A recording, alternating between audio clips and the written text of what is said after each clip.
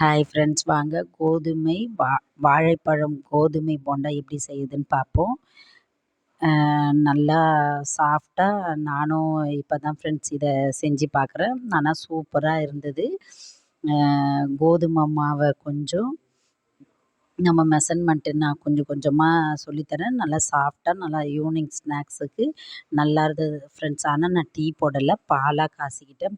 பால் காய்ச்சிட்டு இதை சாப்பிட்டோம். நல்லா வயிறு ரொம்பிச்சு ஃப்ரெண்ட்ஸ். குழந்தைங்களுக்கும் ஹெல்த்து ஃபுட்டு. ஏன்னா நம்ம வாழைப்பழம் போட்டிருக்கோம் பார்த்தீங்களா, வாழைப்பழம், கோதுமை, ஏலக்காய், கருப்பட்டி இருந்தாலும் போட்டுக்கலாம், சர்க்கரை இருந்தாலும் போட்டுக்கலாம், வெல்லம் இருந்தாலும் போட்டுக்கலாம் ஃப்ரெண்ட்ஸ். நம்மளோட ஃபேவரேட்டு தான்.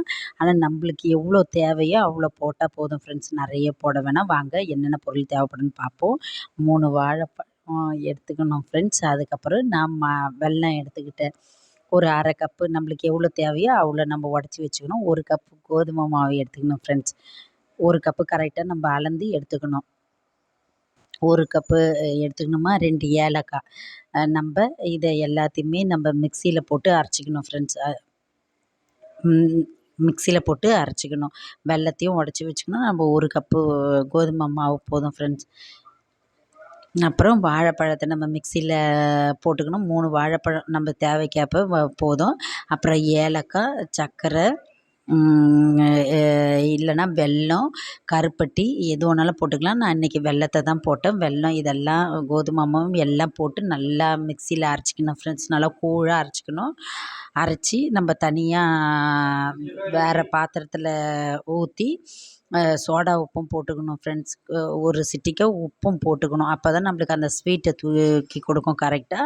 இந்த மாதிரி கிளறி நம்ம எடுத்து இப்படி ஊற்றுற அளவு இருக்கணும். ரொம்பவும் கட்டியாக இருக்கக்கூடாது, ரொம்பவும் தண்ணியாக இருக்கக்கூடாது ஃப்ரெண்ட்ஸ். இதை மாதிரி நல்லா பதமாக அரைச்சி எடுத்துக்கணும். இதுதான் மெஷர்மெண்ட்டு. நம்ம எவ்வளோ மாவு போடுறோமோ, எத்தனை வாழைப்பழம் போடுறோம், அதெல்லாம் நம்ம கரெக்டாக மெஷர்மெண்ட் இருந்துச்சுன்னா நல்லா பஃப்னு வருதுங்க ஃப்ரெண்ட்ஸ்.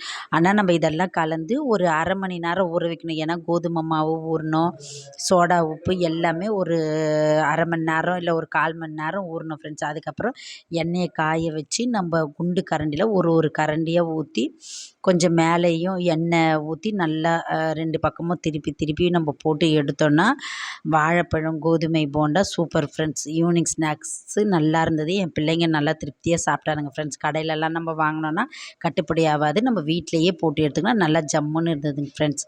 நீங்களும் இதை செஞ்சு பாருங்கள். எனக்கு தெரிஞ்சதை நான் செஞ்சு போட்டிருக்கேன் ஃப்ரெண்ட்ஸ். Okay bye. இந்த வீடியோ பிடிச்சிருந்தா லைக் பண்ணுங்கள், ஷேர் பண்ணுங்கள். நீங்களும் செஞ்சு பாருங்கள். குழந்தைகளுங்களுக்கு health food. Okay bye friends.